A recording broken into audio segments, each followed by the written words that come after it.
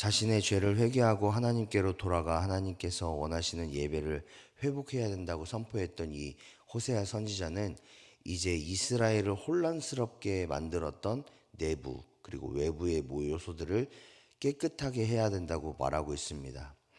호세아는 이런 과정에서 이스라엘 전체가 온전히 하나님을 의지하고 신뢰해야 한다고 말하고 있습니다. 왜냐하면 그가 말하고 있는 것이 정론이기 때문에 그렇습니다.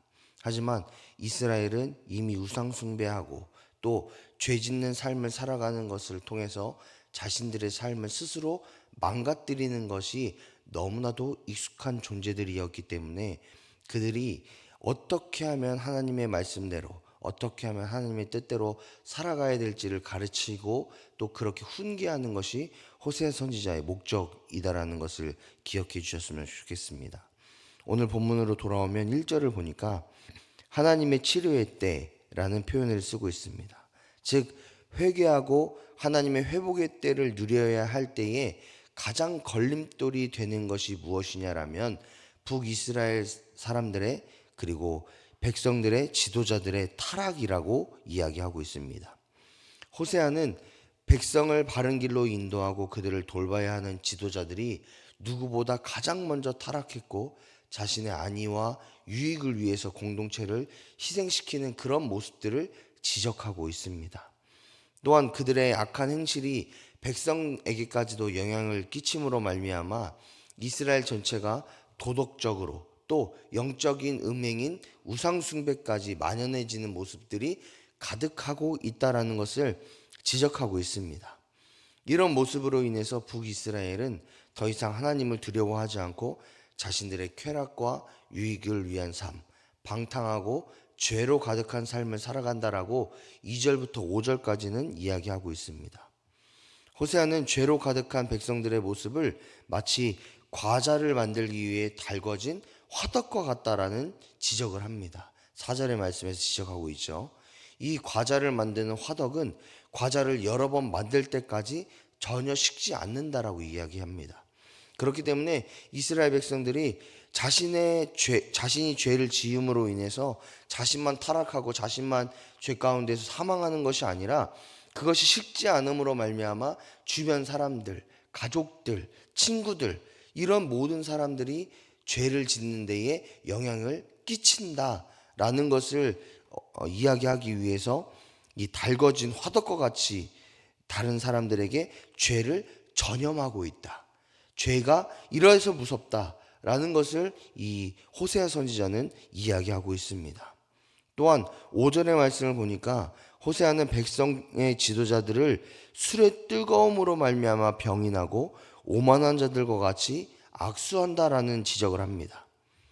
이 말은 뭐냐? 술의 뜨거움으로 말미암아 병이 난다라는 것은 술을 마심으로 인해서 그들의 행실이 추악해지고 그로 인해서 죄를 짓는다라는 표현을 하고 있는 거고, 또 오만한 자들이라는 것은 하나님을 무시하고 하나님을 경홀히 여기는 자들과 함께 친구를 맺어 그들과 같이 행동한다. 즉 하나님을 섬기고 하나님의 뜻대로 순종해야 되는 이스라엘의 모습을 다 버리고 하나님을 무시하고 하나님을 경홀히 여기고 하나님의 말씀대로 하나님의 뜻대로 순종하지 못하는 그런 모습으로 살아간다라는 것을 5절에서 지적합니다. 또한 7절의 말씀을 보니까 왕들이 다 엎어지게 되지만 한 사람도 하나님을 찾고 하나님께 부르짖는 사람이 없다라고 경고하고 있습니다. 이는 앞으로 이루어질 북이스라엘의 역사에도 그대로 보여지는 모습이기도 합니다.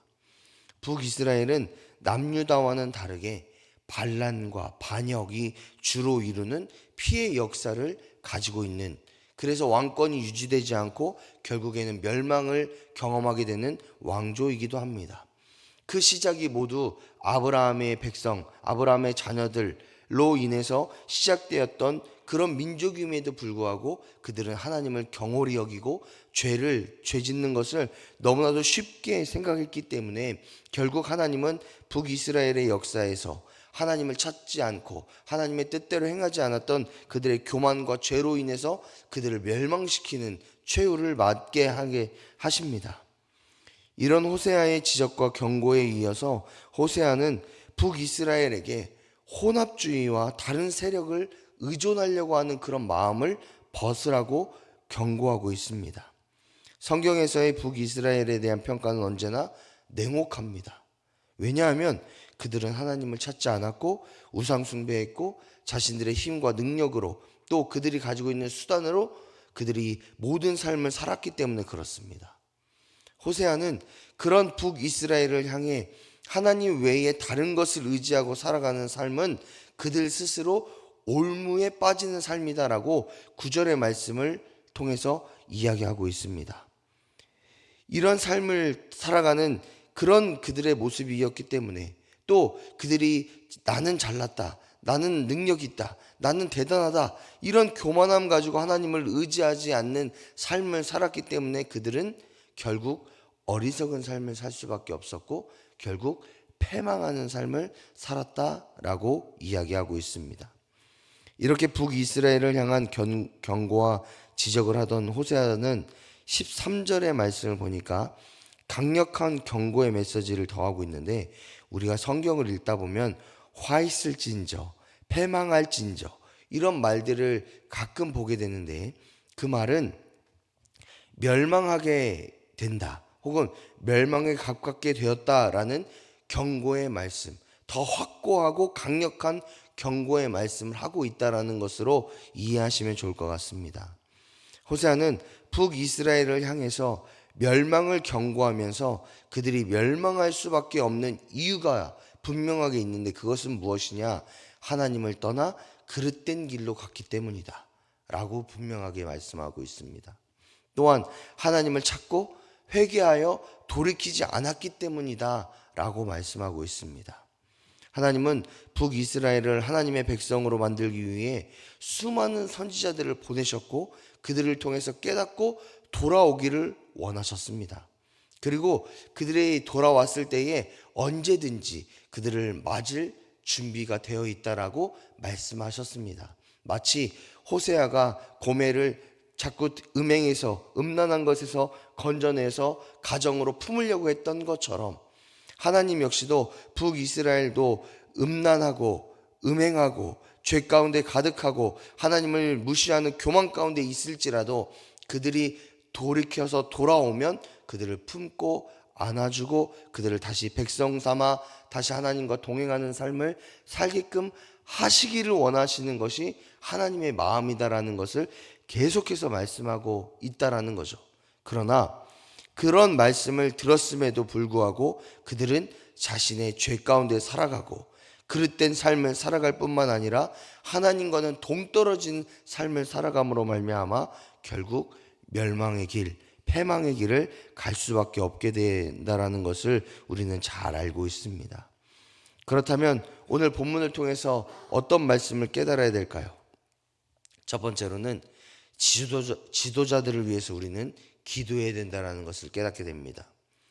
지도자의 타락은 결국 모든 사람의 타락과 연결이 되어집니다.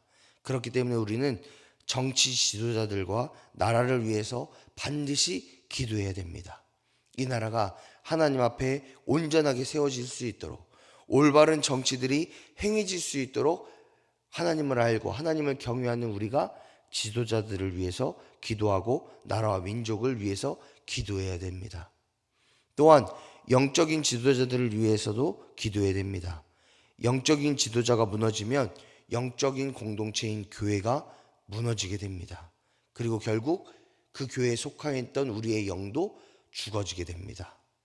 이것을 방지하기 위해서라도 우리가 영적인 지도자인 담임 목사님을 위해서 또 교회가 이 나라 이 땅 가운데에 복음 안에 온전히 설 수 있도록 위해서 기도해야 됩니다.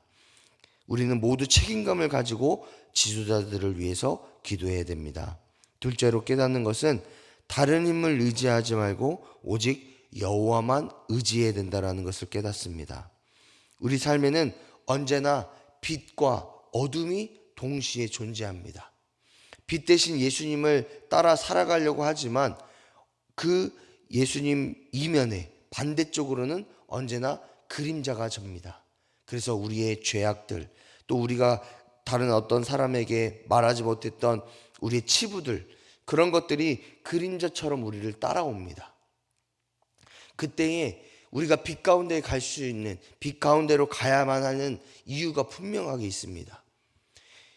어둠과 빛이 동시에 존재하고 있는 우리의 삶 가운데에 우리가 빛만 보고 걸어가면, 그리고 빛만 의지하고 걸어가면 우리의 어둠은 보이지 않습니다. 우리의 치부와 우리가 가지고 있는 죄의 모습들은 하나님 앞에서 자연스럽게 해결이 되는 거예요. 왜냐? 빛이 우리의 가운데에 가장 뚜렷하게 비춰질 때 그 그림자는 사라지기 때문에 그렇습니다. 그러니까 빛된 우리는, 그리스도인들은 언제나 빛만 바라보고 나아가야 돼요. 그런데 우리가 이 어둠이 신경 쓰인다고 이 어둠으로 우리의 시선을 두고, 이 잘못된 우리의 죄, 우리의 치부의 시선을 두고 이것을 어떻게든 해결하겠다라고 그거에만 신경 쓰고 애쓰고 있으면 어느 순간부터 빛은 약해지고 그 그림자는 강력해집니다. 그리고 그것이 우리를 삼킵니다. 죄의 노예가 되고, 죄로 인해서 우리가 죄책감에 빠지게 되고, 하나님을 섬기지 못하고 빛에 시선 두지 못하고 이 어두운 것에 시선 두면서 살아가는 것이 우리들의 모습일 수 있습니다. 따라서 우리의 인생은, 우리의 삶은, 우리의 가정은, 우리의 자녀들은, 우리 교회는 언제나 빛 가운데 나아가야 됩니다. 빛을 의지하고 빛만 바라보고 빛 대신 하나님을 신뢰함으로 말미암아 하나님의 능력 안에 살아가는 것이, 그리고 그 능력 안에서 승리하는 것이 우리의 삶이 되어야 될 줄 믿습니다.